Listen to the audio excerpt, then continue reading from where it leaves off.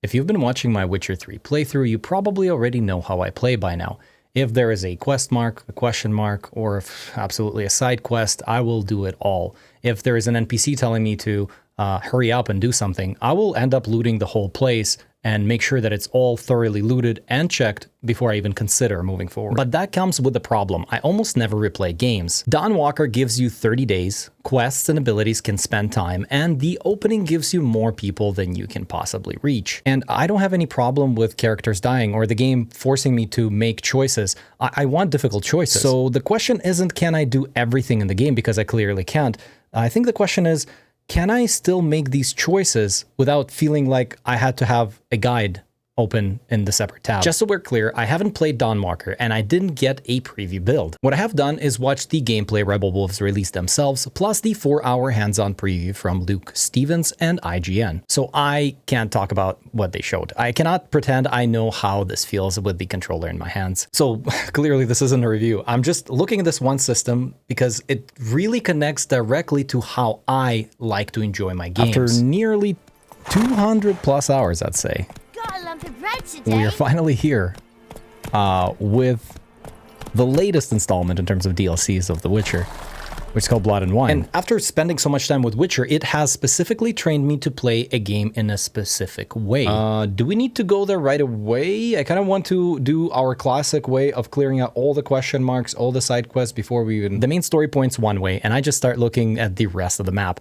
Can I get stronger gear? Did I miss something? Did I spend my ability points properly? And of course, part of this is because I play on the hardest difficulty. If Dawnwalker gives me difficulty options, I already know which one I'm choosing. You see, if I lose because I ignored my gear or skipped something useful or spend my points in, say, bad way, this is on me. Yeah, and I do get very frustrated because preparation is part of the immersion for me. You know, I'm not like trying to play the game efficiently. I'm just living the life as a Witcher and, you know, I'm trying to immerse myself in the world. Even a tiny Witcher quest can become something I remember 100 hours later, so I want to find those stories. But this has a trade-off. The Witcher has taken me around 200 hours. I have a full-time job and I record in my free time. I'm not doing that again right away. Hey, maybe I come back in a few years, but I am definitely not starting again the next morning. You see, Dawnwalker might not let me handle quests the same way. And this is where Dawnwalker becomes very interesting, because this 30 days isn't like a clock that keeps on running all the time in the background and pushes you and pressures you. And Rebel Wolves explained it pretty clearly. From the moment your family is kidnapped, you have 30 days and 30 nights to rescue them. The coronation. It's in 30 days. Still, there is no real time clock. Instead, you will be able to use the time as a resource. And that matters. I would hate the clock in the corner. Stopping to look at ruin for 10 minutes should not stress me out. Quests, conversations, and even learning abilities can move time forward. Luke says exploring, hunting, shopping, and crafting didn't really push his time forward during his preview. So I can still get lost and prepare. I just can't promise everybody I'll help and expect them to wait there forever. And this is a good thing. The hourglass warns me before this action moves time. Different actions can cost different amounts, and I still don't know whether every quest shows its exact cost. If I, for example, help one person, I want to be able to come back or see the consequences of not helping the other.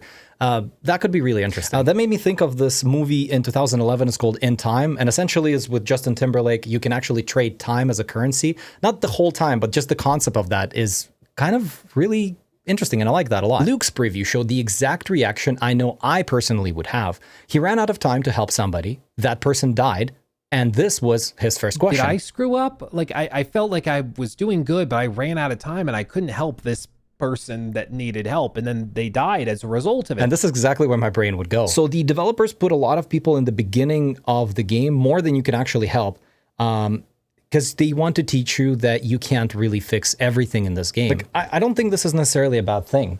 I might even like it. Like, if there are some decisions that I made and I messed up, maybe that's exactly how developers intended this whole thing to feel. It's interesting because IGN's preview showed the other side of this. The reviewer had the option to spend extra time with Anchor. Staying with her doubled the cost of that activity, and he still chose to do it anyway. And another decision changed what happened in the prologue, but the main story could still move forward. IGN says the events were notably different from an earlier demonstration. That gives me some hope. But does that choice still matter 10 or say 20 hours later?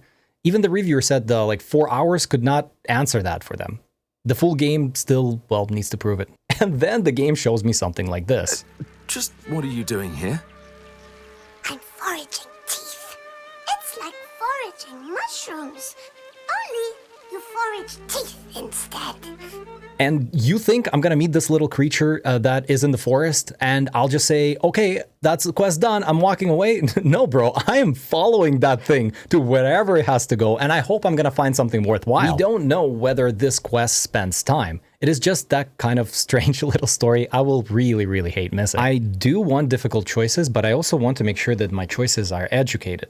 I don't need you to spell it out for me and what the outcome might be, but I want you to give me enough information where I would, for example, go to one person, I would see the timer, the cost of the timer that it cost me to spend on the options, and then I can walk away from that, go explore something else, see the options there, weigh my options, make a decision, and if I regret the decision I made, at least that is the one that I can stand behind. And I said, I made that decision based on the information I had, and this is the best choice I've had at that time. There is actually still one thing that I don't understand. If I find somebody who needs help, see the hourglass, and walk away, does that situation keep me moving?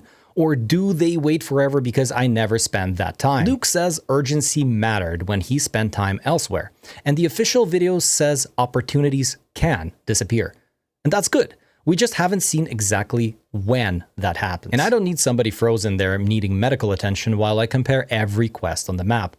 That would just simply break my immersion. But I, of course, know my brain. Every time I'm going to see that hourglass, I'm going to start questioning myself on whether it is a good quest, is somebody about to die, am I gonna do this and then somebody else is gonna have the consequences and I just don't know who? Did I explore everything before I make a commitment? And you know I love you, but one of you obviously in the comments is gonna end up saying like, oh Max, by the way, on day 4 you made that decision and you really missed out on this big thing. But anyway, have fun with the quest. And then I'm sitting there reading that comment and I'll just be, just, yeah, great, thank you.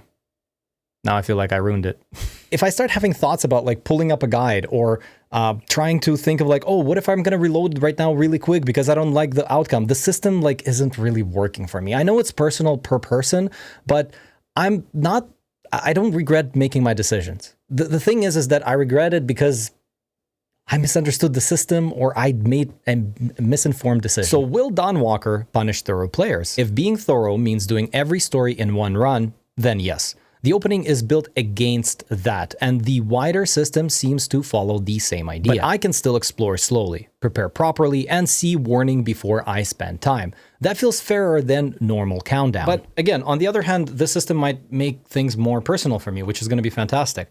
I'm really kind of hoping it's not going to prompt me to pull up a guide. If you will end up seeing us pulling up guides or reloading too many times, I think that is where we'll have to see whether it's me or maybe it is actually the system. Right now, everything I have to work with is the official footage and somebody else's 4-hour experience.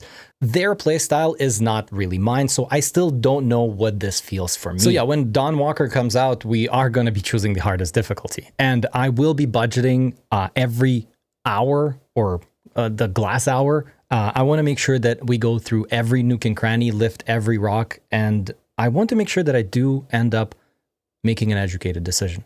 But we will only know that together. I hope you guys are going to join. I'm curious, do you actually have time to replay games and see different outcomes? And if so, when do you find time to do that?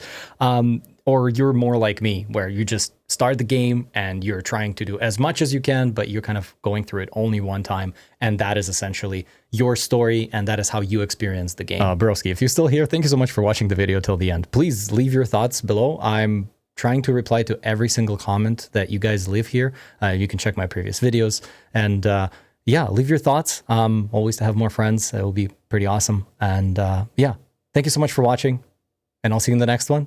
Take care of yourself. Bye-bye. See ya.